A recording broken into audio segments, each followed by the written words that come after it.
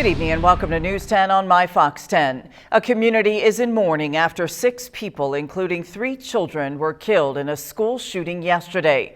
Police have identified the shooter as a 28-year-old woman. She bought 7 guns legally while being treated for an emotional disorder.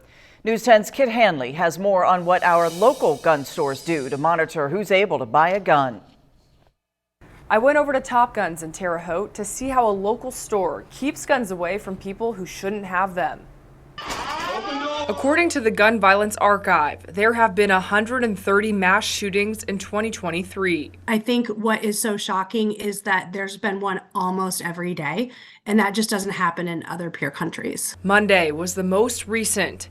6 people were killed, including 3 children, at Covenant School in Nashville, Tennessee. Police have identified the 28-year-old shooter as a former student of the school. The attacker bought 7 guns legally while being treated for an emotional disorder. I spoke to Top Gun's CEO, Steve Ellis, to find out how he regulates gun sales at his store. What you'll find is when an individual goes into a local gun store to make a purchase, they run a background check and they fill out a form called a 4473. Ellis says one of the questions has to do with mental illness. However, having said that, there are HIPAA laws in effect that would prohibit or prevent the government from knowing if someone is being treated for any type of mental illness. And so it really comes down to them being somewhat honest on their form. He says if he notices a customer acting odd or erratic, he will refrain from selling them the firearm. He will then alert other gun stores in the area. I also spoke to Jennifer Frazier. She's a volunteer leader with the group Moms Demand Action. She says gun violence is a public health crisis